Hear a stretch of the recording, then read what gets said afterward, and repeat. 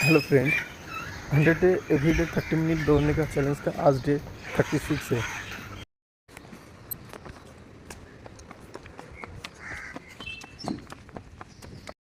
Run अभी start किया। अब देख पा रहे हैं मैं 5 मिनट रन कंप्लीट कर चुका हूँ और 25 रन अभी बाकी है। अभी तो दौड़ रहा हूँ मैं। अभी 10 मिनट कंप्लीट कर चुका हूँ और मेरे 20 मिनट बाकी है। और देख पा रहे हो रेड रोड का रास्ता है।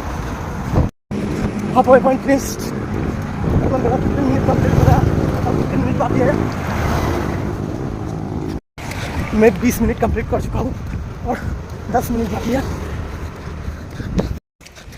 I was almost done. Remaining 3 minutes. You can do it.